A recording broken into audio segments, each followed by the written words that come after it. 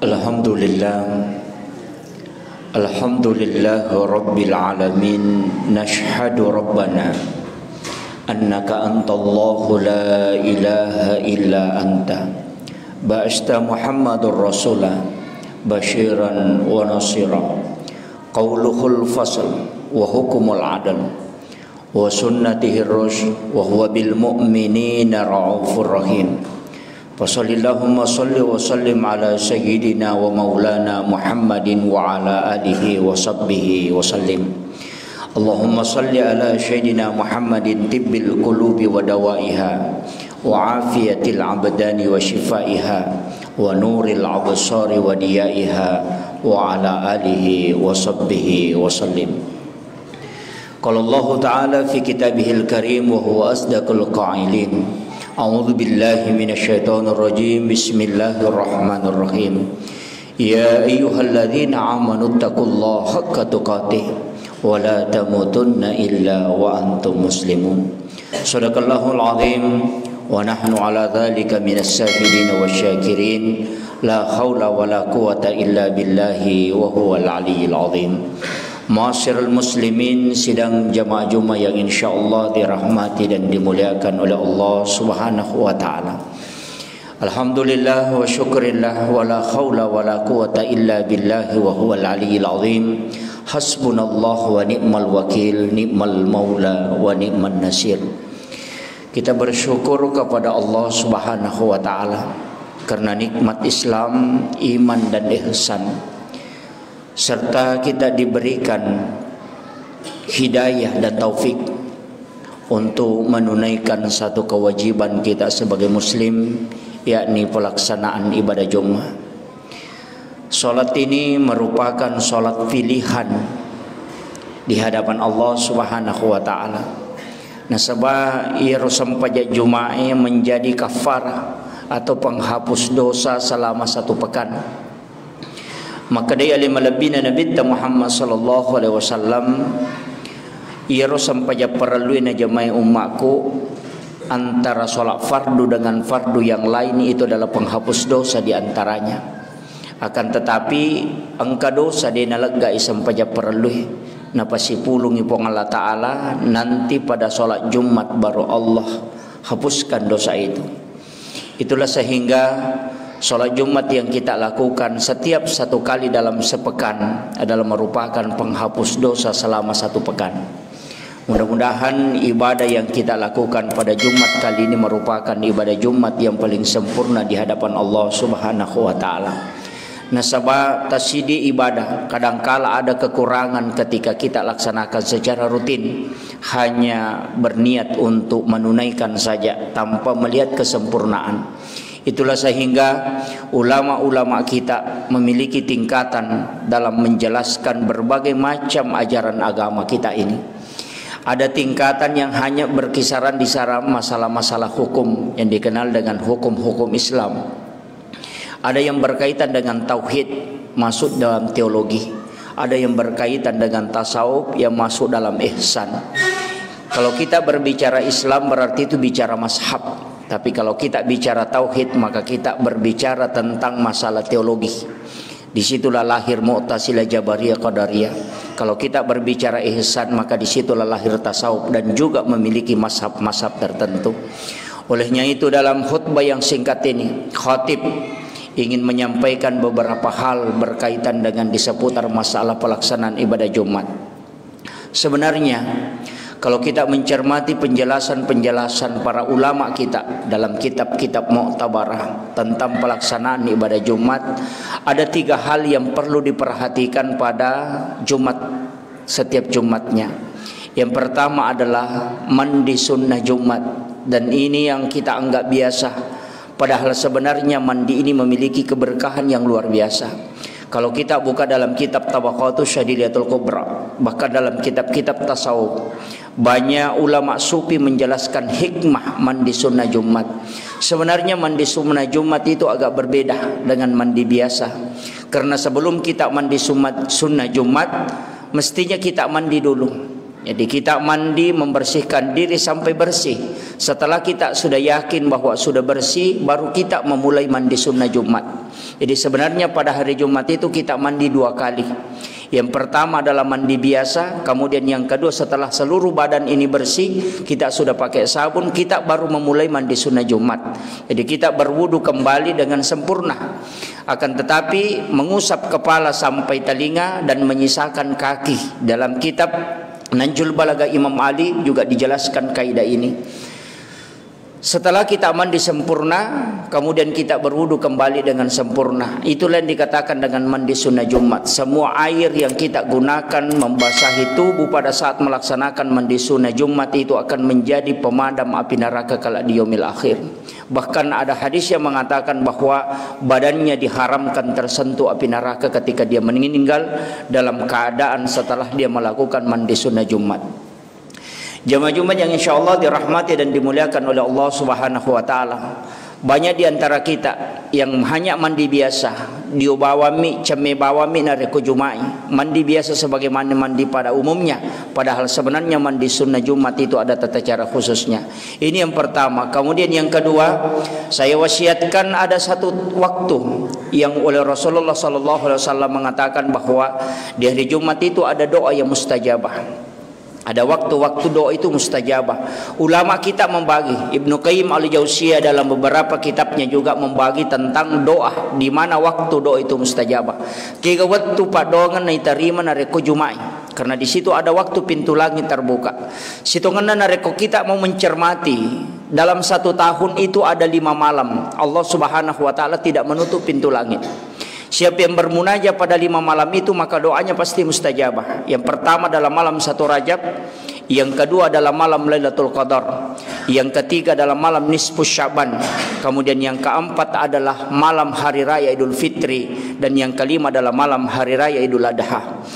Karena pada malam itu pintu langit dibuka oleh Allah, dan siapa yang bermunajat maka pasti doanya akan diijabah oleh Allah Subhanahu wa Ta'ala. Karena tidak sembarang Allah membuka pintu langit, hanya pada waktu-waktu tertentu. Tersakamai maka setiap 24 jam itu Allah membuka pintu langit, tidak. Bahkan dalam hadis yang sahih dari Abu Hurairah, Nabi SAW mengatakan ada orang yang berdoa tapi tidak akan pernah tembus ke langit. Dari langit pertama sampai ke langit ke-7 tidak bisa tembus. Kenapa? Karena pintu langit tidak terbuka. Itulah sehingga ada waktu-waktu memang Allah membuka pintu langit.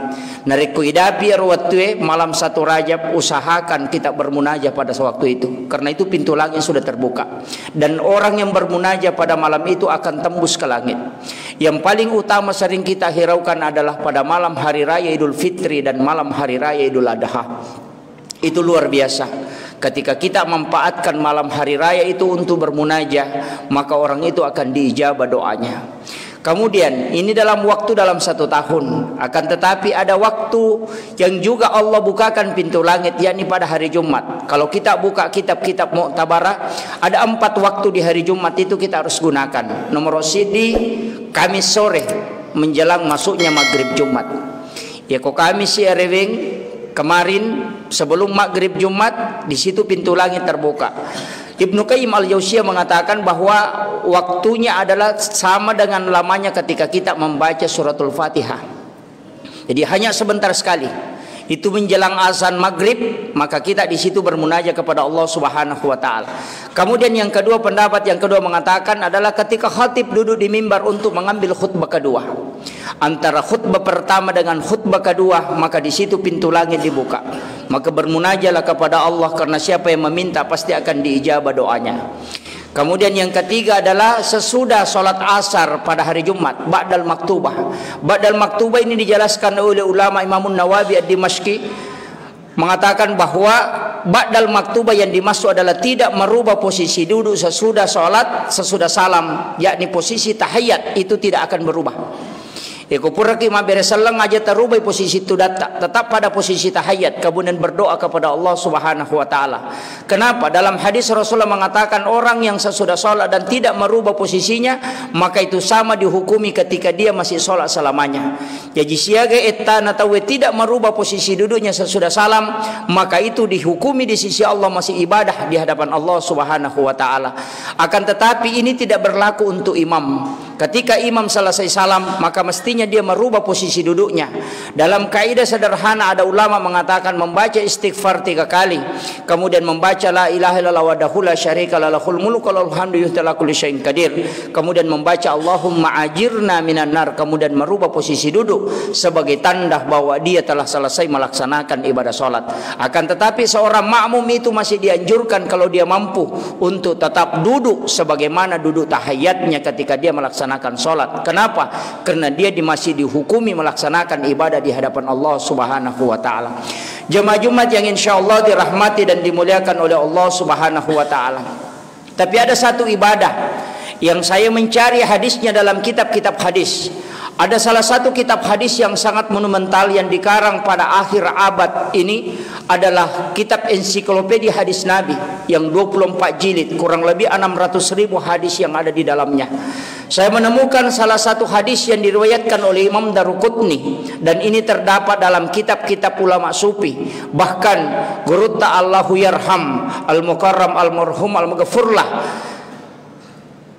yang ada di Kalimantan itu menyampaikan bahwa siapa yang mengamalkan ibadah ini maka Allah akan memberikan barakah khusus. Pada Jumat kali ini saya wasiatkan, ini dalam ilmu tasawuf kita sering melupakan mandi yang dikatakan dengan mandi 9. Mandi 9 ini hanya dilakukan pada hari Jumat dan itu dikhususkan. Guru saya ini Kiai Haji Muhammad Sain Abdul Ghani atau dikenal dengan Guru Sekumpul Martapura mewasiatkan kepada seluruh santri-santri dan murid-muridnya dan kepada keluarganya untuk mengamalkan mandi 9. Mandi 9 sebenarnya adalah mandi biasa. Sesudah mandi sunnah Jumat kita mengambil air, kemudian kita membacakan kalimat ya Allahu ya Allahu ya Allahu 3 kali, kemudian kita meniup menggunakan hidung dan kita siramkan bagian kepala dan sambil menahan napas. Kemudian kita membaca ya Rahman ya Rahman ya Rahman 3 kali sambil menahan napas, kemudian kita tiup dengan menggunakan hidung, kemudian kita siram bagian kanan 3 kali, kemudian kita membaca ya Rahim ya Rahim ya Rahim 3 kali, kemudian kita tiup dengan menggunakan hidung, kemudian kita siram sebelah kiri. Itu diulang sampai 3 kali. Apa fadilah mandi 9 ini? Yang pertama, tidak ada manusia yang mampu dimasuki oleh jin ketika dia mengamalkan ini. Jika ada keluarga kita yang sering kerasukan jin dan diru'yah, cukup lakukan mandi 9. Karena mandi 9 adalah mandinya para wali dan itu adalah ru'yah yang paling cepat. Dan inilah yang dilakukan oleh para sahabat-sahabat Nabi termasuk Ibnu Abbas. Kemudian yang kedua, siapa yang melakukan mandi 9 maka dalam rumah tangganya tidak akan ada perceraian di dalamnya, dan itu dijamin oleh sahabat Rasulullah sallallahu alaihi wasallam. Kemudian yang ketiga, yang paling utama adalah siapa yang melakukan mandi 9 ini maka anak-anaknya akan tunduk kepadanya dan tidak ada yang berani melawannya. Dan inilah yang penting kita lakukan. Kenapa ulama-ulama kita yang ada di Sumatera, ulama-ulama kita yang ada di Jawa Timur, santri begitu tunduk kepadanya padahal mereka tidak pernah memukulnya bahkan memarahinya? Itu hanya karena karamah dari mandi 9 ini. Dan ini yang jarang kita lakukan, utamanya orang tua, karena ternyata memang mandi 9 ini memiliki fadilah yang luar biasa, termasuk menjaga kita dari ilmu-ilmu hitam yang sering dilakukan oleh para tukang-tukang sihir itu. Dan ini sangat utama dan hanya dilakukan sekali saja dalam 1 pekan, yakni dilakukan pada hari Jumat saja setelah mandi sunnah Jumat. Jemaah Jumat yang insyaallah dirahmati dan dimuliakan oleh Allah Subhanahu wa taala. Kaidah yang ketiga yang saya ingin sampaikan adalah salah satu doa dalam hadis yang sahih. Nabi SAW menganjurkan kepada kita untuk membaca suratul Fatihah 7 kali sesudah sholat Jumat, kemudian membaca surah Al-Ikhlas, Al-Falaq, An-Nas masing-masing 7 kali dan ayat kursi 7 kali, kemudian membaca Bismillahilladzi la yadurru ma'asmihi syai'un fil ardi wala fis sama'i wa huwas samiul alim 7 kali.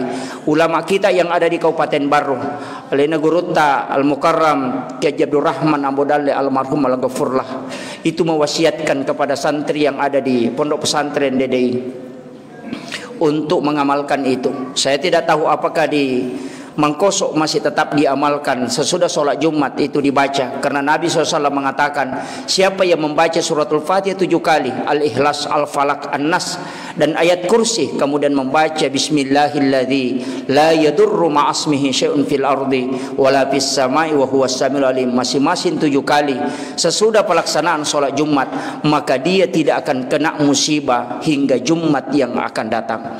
Itu selama 1 pekan kita dijaga oleh Allah Subhanahu wa taala. Dan saya sangat bersyukur pada Jumat kali ini karena ada masjid yang berusaha memberi sedekah berupa makan di hari Jumat. Siapa yang beri sedekah makan pada hari Jumat itu 70.000 malaikat mendoakan hingga 40 hari. Makanya banyak di antara ulama kita dulu yang memberikan sedekah subuh di pada hari Jumat. Kenapa sedekah subuh? Karena itu disaksikan oleh 2 sif malaikat. Malaikat penjaga malam dan malaikat penjaga siang itu ketemu di subuh hari.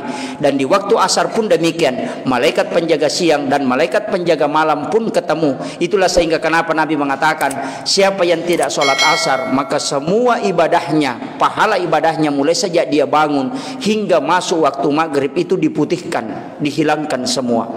Sedangkan sholat subuh disaksikan oleh para malaikat dan ada waktu sedikit di situ. Wabil azhari hum yastaghfirun, adalah waktu yang paling bagus untuk kita bermunajah dan beristighfar di hadapan Allah Subhanahu wa taala. Dan itu waktu pula yang paling bagus kita gunakan untuk bersedekah. Bahkan Imam Nawawi mengatakan, siapa yang ingin mendapatkan ilmu laduni, maka rutinkanlah bersedekah subuh selama 40 subuh. Dan siapa yang melakukan itu, maka dia akan diberikan futuh oleh Allah Subhanahu wa taala karena beliau lakukan itu. Tapi ketika kita membuka kitabnya Ibnu Taimiyah, ternyata Ibnu Taimiyah membuka salah satu ayat yang dia tidak bisa mengerti. Dia hanya membaca suratul Fatihah 41 kali dengan mendongakkan kepala ke langit sesudah sholat subuh, baru Allah berikan ilmu laduni. Itulah sehingga kenapa di waktu subuh itu sangat mulia, karena malaikat di situ menyaksikan dan mendoakan kita. Mudah-mudahan sedekah yang telah dikeluarkan dan diimpakkan, karena ini sebenarnya sunnah yang dilupakan. Memanggil orang sholat itu pahalanya cuma 1 kali waktu sholat, tapi memberi makan kepada 1 orang itu 40 hari kita selalu didoakan oleh para malaikat. Dan ini yang sangat utama, karena kata hadis Nabi bahwa ketika orang makan makanan 1 suap, maka itu 40 hari baru habis di dalam perutnya. Ternyata menurut ahli medis bahwa sel-sel makanan selama 40 hari baru bisa habis dalam sel darah. Itulah sehingga kenapa makanan haram pun demikian. Siapa yang makan makanan haram, kata Nabi, 40 hari lan tuqbalu sholata wa du'a arba'ina yauman mania, tidak akan diterima doanya dan sholatnya selama 40 hari 40 malam. Barakallahu li wa lakum bil Qur'anil azim wa nafa'ni wa iyyakum bima fihi minal ayati wa zikril hakim wa taqabbala minni wa minkum tilawatahu innahu huwal ghafurur rahim.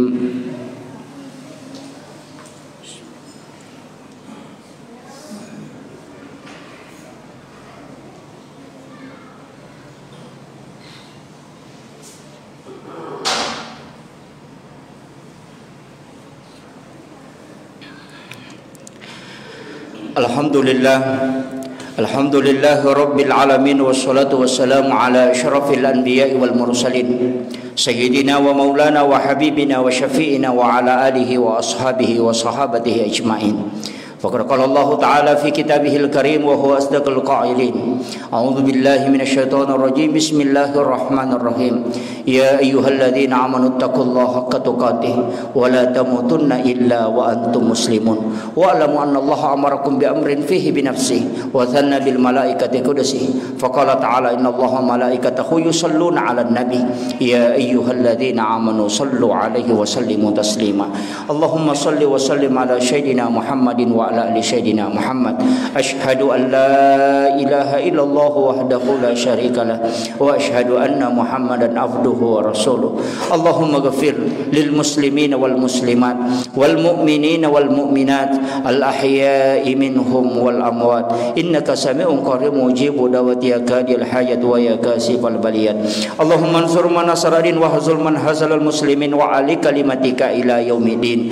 Allahumma dafa'na al bala'a wal waba wal بغل والفحشاء والمنكر اللهم إنا نعوذ بك من طاعون اللهم إنا نعوذ بك من قرون اللهم إنا نعوذ بك من قرون اللهم إنا نعوذ بك من قرون الله الذي لا يضر مع اسمه شيء في الأرض ولا في السماء وهو السميع العليم اللهم ارحم أمة محمد صلى الله عليه وسلم اللهم اغفر أمة محمد صلى الله عليه وسلم اللهم استر أمة محمد صلى الله عليه وسلم اللهم جبر لأمة محمد صلى الله عليه وسلم برحمتك يا أرحم الراحمين لا إله إلا أنت سبحانك إنا كنا من الظالمين ربنا ظلمنا أنفسنا وإن لم تغفر لنا وترحمنا لنكونن من الخاسرين ربنا آتنا في الدنيا حسنة